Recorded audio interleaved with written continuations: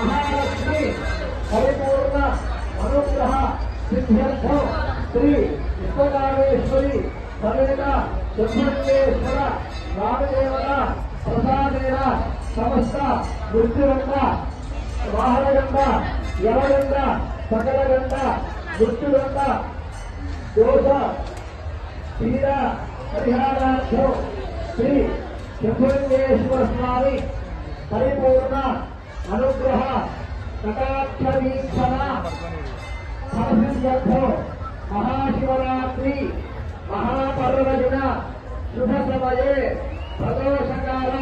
लिंगोद्भव समये महाविष्णु स्वरूप ब्राह्मण सहायेन वेदोक्त प्रचारेण महान्यास पूर्वक यथाशक्ति रुद्राभिषेकन पूर्वक अन्नाभिषेकम आचार्य ब्राह्मण द्वारा करिष्ये श्री महागणाधिपति प्रार्थना करिष्ये ओम गणानान्त्वा गणपति बुद्धामहे जयित वीणानुपमुष्टवस्तो जयस्तला गणब्रह्मणा ब्रह्मस्वाहा श्रवणमरुषिषादनं श्री महागणाधिपतये नमो नमः प्रार्थनापूर्वक नमस्काराలు సమర్పయామి ఇప్పటి నుంచి కూడా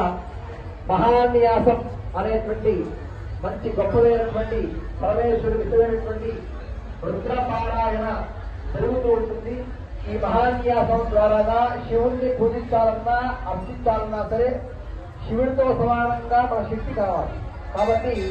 ఆ శివుడికి ఉన్నటువంటి శక్తిని మన శరీరంలోకి ఆపాదించుకుంటేనే